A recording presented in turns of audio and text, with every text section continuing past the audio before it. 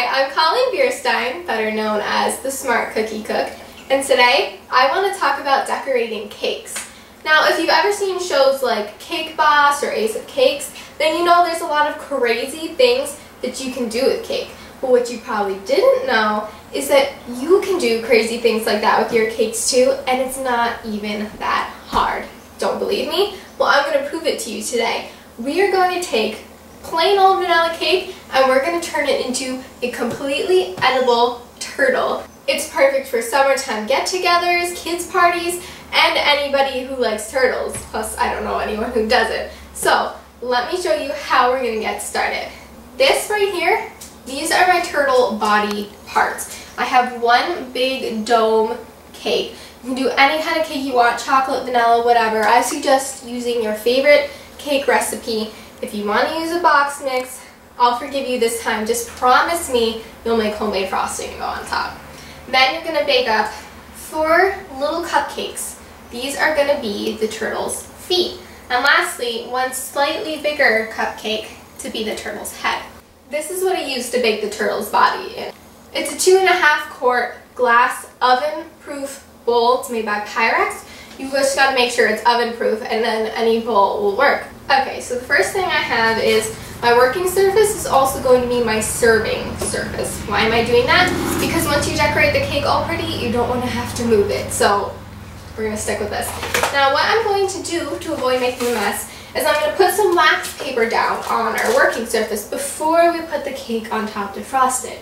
That way I'm free to slop up everywhere, make a huge mess with the frosting, and then I just pull away that wax paper and it looks like it's perfectly clean. Now you don't want just a whole layer of wax paper because then you won't be able to pull it out. We're going to do little strips around the edges that you can grab and pull out from underneath the cake. So now that we've got this lined with wax paper, we're free to go ahead and put our shell cake down. That's what we're going to start with. Okay. So I'm going to quick ice this baby. I made some homemade vanilla buttercream and I dyed it green.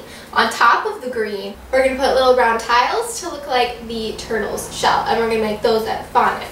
So let's start with the buttercream. Like I said, please make your frosting homemade. It's a world of difference. I'm going to pop some down to start. Make sure you save some for the other components, the little feet and the head. This does not have to be perfectly smooth since you're going to cover it with the little tiles. Alright, so we got this roughly frosted, it's nice and pretty and green, and the next step I want to do is get our little brown tiles on the shell. So I'm going to roll out the fondant and then I'll show you how we're going to shape it and attach it to the shell.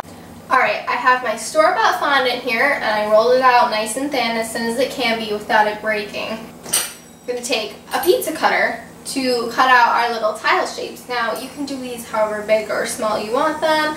Shape even is pretty flexible. I'm going to do kind of like rounded rectangles. So start, just make like the thickness I want, roughly. And like I said, it doesn't have to be perfect, doesn't have to be even. And then I'll do is I'll take one of these strips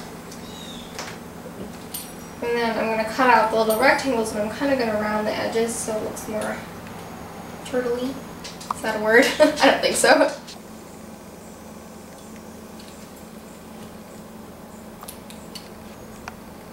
Once you get a couple, we're just going to start sticking them on the turtle's back over here. Pick a spot and just place your little tile on. It should stick nicely as long as your frosting's still nice and soft. I'm doing tinier tiles as I get to the top here so they fit better. So next, let's attach our head and our little feet. I'm going to start with the head, I think. Now, so this fits better and just attaches nicely, kind of like a puzzle piece, I'm going to cut out just a round crevice here so that it'll shape to the shell better.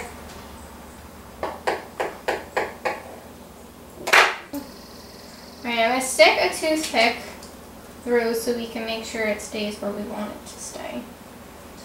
Okay, and then we're going to attach our little feet. I think that looks pretty even. See, it's starting to look like a turtle, right? So do the same thing, stick some toothpicks through. Okay, and then all we need to do is put some frosting on it, and then I have some little eyeballs go in the turtle's face, and we'll be finished. Okay, unfortunately there's not really an easy way to do this. We're going to start frosting, trying to make it look smooth and pretty. I'm going to do the feet first, then the face. The feet are frosted, and I'm about to move on to the head, but I'm just going to quick use a really lightly damp paper towel to clean up where I got frosting on top of the fondant. Alright, finally, our little turtle is completely frosted. So if you notice, he's missing something. He needs a face. So I'm going to put some eyes on him. These are little candy eyes I bought at the craft store. But if you just want to use white and black frosting, that's fine. Or you could use little M&Ms, whatever your heart desires. And then I'm going to put a little smile on him because he's a happy turtle.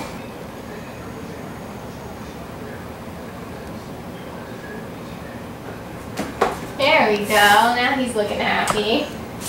Well, ladies and gentlemen, we got eyes on our turtle, we got feet, we got our shell complete. This turtle is finished. You saw how simple this was to make, and yet you're going to impress everybody with your super cake decorating skills. They're going to think you're the next Buddy Valastro. Heck, Buddy himself might be calling you up to work in his bakery. But for now, you can share this cute little cake with your friends and your family. And the next time you're looking to impress with your cake decorating skills, just ask yourself this: what would the Smart Cookie cook?